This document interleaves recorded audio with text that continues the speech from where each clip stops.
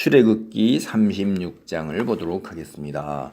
부살렐과 오홀리압과 및 마음이 지혜로운 사람 곧 여호와께서 지혜와 총명을 부으사 성소에 쓸 모든 일을 할 줄 알게 하신 자들은 모두 여호와께서 명령하신 대로 할 것이니라.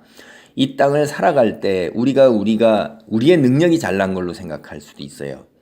부모님께 DNA를 잘 받아서 내가 지능이 뛰어나고 그다음에 신체가 잘생겼고 아름답고 남들보다 더 재능이 있는 것 같이 생각하시죠? 그게 아닙니다. 오늘 하나님 말씀이 뭐라고 그러세요? 여호와께서 지혜와 총명을 부으사 이렇게 하는 거예요. 그러니까 부살렐과 오홀리압이 왜 뽑혔냐 이거예요. 하나님께서 지명하여 부르셨고 하나님께서 감동시키셨어요.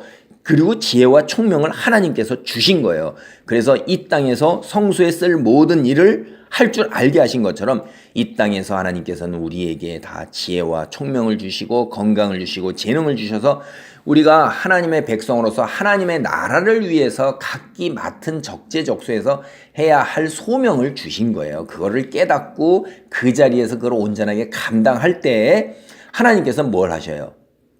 우리에게 이 땅에서 필요한 모든 것들을 넉넉하게 채우시고 공급하시고 그리고 우리가 축복과 은혜 안에 머물도록 하시는데 우리는 흔히 내 힘으로 내 자기 중심으로 이 땅에서 있는 재물과 그 다음에 뭐 그냥 그 권력과 쾌락과 이생의 남들에게 대한 우월함을 드러내는 자랑 이런 것에 내가 내 것을 채우고자 얼마나 애를 쓰는지 몰라요. 그리고 믿음이나 예배의 자리, 말씀의 자리, 기도 자리보다는 그런 것이 더 우선적으로 다가오는 것이 우리가 육체적 존재로서 육체를 보기 때문에 그래요. 영적인 존재이면서 영원한 시간을 보지를 못한다 이 말이에요. 그건 우리가 영적으로 죽었기 때문에 그래요. 그래서 굉장히 어려운 거죠. 참 다행한 것은 예수님께서 이 땅에 오신 후에 부활 승천하며 올라가면서 성령을 보내주신다고 했고 성령으로 말미암아 우리가 영적인 것에 눈뜨기 시작한 것입니다. 그렇지 않으면 우리는 영원히 영적인 것에 눈을 뜰 수가 없는 육체적인 존재예요. 그게 우리의 그 주어진 한계요 죄악된 결과인 것입니다. 그래서 2절을 보면 모세가 부살렐과 오홀리압과 및 마음이 지혜로운 사람 곧 그 마음에 여호와께로부터 지혜를 얻고 와서 그 일을 하려고 마음에 원하는 모든 자를 부르매 그러니까 자원하는 자들을 다 부른 거예요. 그리고 재물들을 이스라엘 자손들이 그들이 이스라엘 자손의 성소의 모든 것을 만들기 위하여 가져온 예물을 모세에게서 받으니라. 그러나 백성이 아침마다 자원하는 예물을 연하여 가져왔으므로 그러니까 어떤 사람은 기쁘게 빨리 가져오고 어떤 사람은 조금 갈등을 하다 늦게 가져왔지만 이게 그래도 계속해서 가져오는 거예요. 다 어떤 사람이에요? 믿음의 차이에 있어서 가져오는 날짜가 빠르냐 늦으냐의 차이는 있어요. 가져오는 것들 그게 연하여 가져왔다는 것은 아침마다 계속해서 감동된 사람들이 가져오는 거예요. 그래서 7절에 보면 있는 재료가 모든 일을 하기에 넉넉하여 남음이 있더라. 넉넉하여 남음이 있더라. 하나님께 드렸을 때 어떻게 해요? 우리가 혼자 드리는 것은 그게 부족하지만은 이 하나님이 계시는 성막 전체에 필요한 모든 것들을 만드는데 부족하나 합쳤을 때는 넉넉하여 남음이 있는 이런 공동체가 참 아름다운 거죠. 오늘날 교회를 질 때 사람들이 헌금을 할 때 그 성전을 짓는데 예배당을 짓는데 이제 부족해서 빚을 지게 되고 그걸 갚아나가는 경우도 있고 또 뭐 그런 일들이 참 많이 있죠. 이런 걸 생각을 해보면 우리가 이런 것들이 하나님 예배당을 지을 때 예배 처소를 지을 때 공동체가 이렇게 넉넉하게 감당하면 참 좋겠다 하는 그런 생각이 들더라고요. 그다음에 일하는 사람 중에 마음이 지혜로운 모든 사람이 열폭 휘장으로 성막을 지었으니 곧 가늘게 꼰 배실과 청색 자색 홍색 실로 그룹들을 무늬 놓아 짜서 지은 것이라. 그렇죠? 이 누군가는 성막을 만들었어요.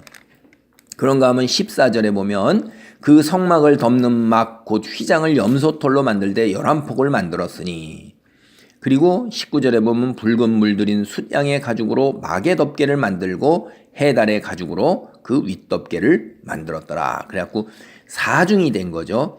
휘장이 이게 성막을 갖다가 이런 천으로 만들었고 염소털로 또 만들었고 붉은 물들인 숫양의 가죽으로 또 덮고 해달의 가죽으로 또 덮었어요.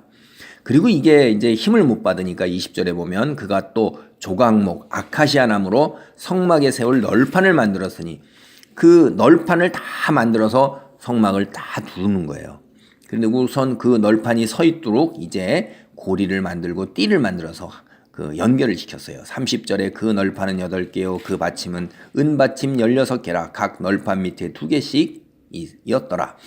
그가 또 조각목으로 띠를 만들었으니 곧 성막 이쪽 널판을 위하여 5개요. 이렇게 갖고선 쭉 했죠. 그 다음에 35절 보면 그가 또 청색, 자색, 홍색 실과 가늘게 꼰 배실로 휘장을 짜고 그 위에 그룹들을 정교하게 수놓고, 이 앞에서도 나왔고 뒤에서도 나오는데 그룹들을 정교하게 쏘놓았다 하는 것이 하나님이 임하실 때 늘 이 그룹이라 부르는 천사들, 여러 천사들이 있지만은 그룹이라 부르는 천사들은 하나님 옆에서 함께하는 거예요. 그러니까 그룹이란 천사들이 있으면 어떡하죠? 하나님이 임재하시는 것입니다.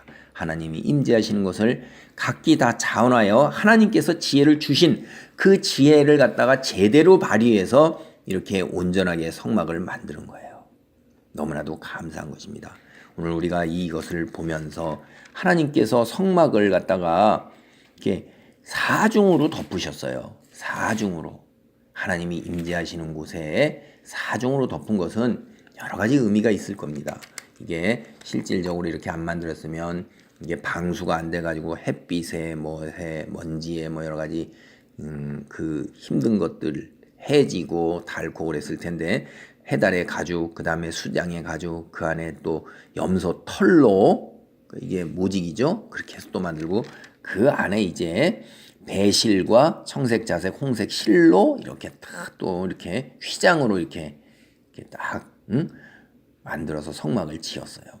그 만든 것들이, 이 재료들이 다 귀한 것들이고 이 귀한 것들로 하나님이 거룩함과 존엄함과 위엄을 나타낸 거예요. 그래서 우리가 마음에 귀한 것들, 이런 것들, 그래서 처음의 것들, 이런 것들을 언제나 하나님을 생각하는 이 마음이 굉장히 중요한 것입니다. 먼저 내 위에 누가 계시다? 하나님이 한 분 계시다 하는 거예요. 그리고 하나님이 나를 세우셔서 이 땅에 내가 하나님의 통치를 대신하는 거라는 것, 그것을 인간 스스로가 가장 통치자의 윗자리에 있어서 내 마음대로 한다 하는 것이 아니라는 것. 그리고 놀라운 것은 하나님께서 이렇게 세세하게 기가 막히게 세밀하게 다 주신 거예요. 이게 하늘에 있는 성전의 모형이 그림자로서 이 땅에 이렇게 된 것입니다. 우리가 하늘나라에 올라갔을 때 하나님의 놀라운 성전을 보게 되면서 하나님의 그 영광과 위엄과 그 속에서 어마어마한 은혜와 축복을 누리게 될 거예요. 그게 그림자인 것입니다. 오늘 우리는 이 말씀으로 그것을 봅니다.